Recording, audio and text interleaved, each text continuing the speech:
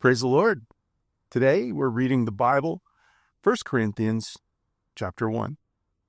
Paul, called to be an apostle of Jesus Christ through the will of God, and Sosthenes our brother, unto the church of God which is at Corinth, to them that are sanctified in Christ Jesus, called to be saints, with all in that every place call upon the name of Jesus Christ our Lord, theirs and ours.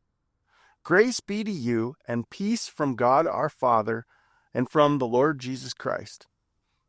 I thank God always on your behalf for the grace of God which is given you by Jesus Christ, that in everything you are enriched by him in all utterance and in all knowledge, even as the testimony of Christ was confirmed in you, so that you become behind in no gift, waiting for the coming of the Lord Jesus Christ, who shall also confirm you unto the end, that you may be blameless in the day of our Lord Jesus Christ. God is faithful, by whom you were called unto the fellowship of the Son of Jesus Christ our Lord. Now I beseech you, brethren, by the name of the Lord Jesus Christ, that all speak the same thing, and that there be no division among you, but that you be perfectly joined together in the same mind and same judgment. Let's read that again. Now I beseech you, brethren, by the name of our Lord Jesus Christ, that you all speak the same thing, and that there be no divisions among you, but that you be perfectly joined together in the same mind and in the same judgment. For it hath been declared unto me, brethren, by them which are of the house of Chloe, that there are contentions among you.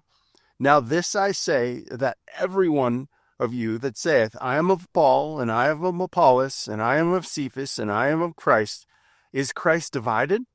Was Paul crucified for you, or were you baptized in the name of Paul?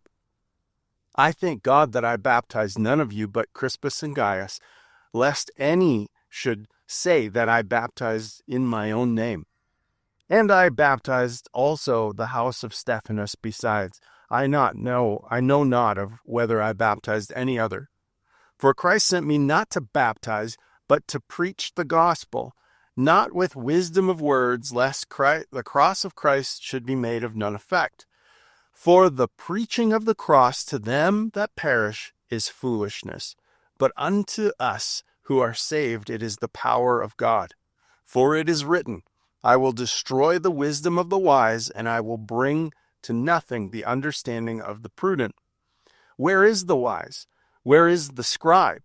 Where is the disputer of the world? Hath not God made foolish the wisdom of this world?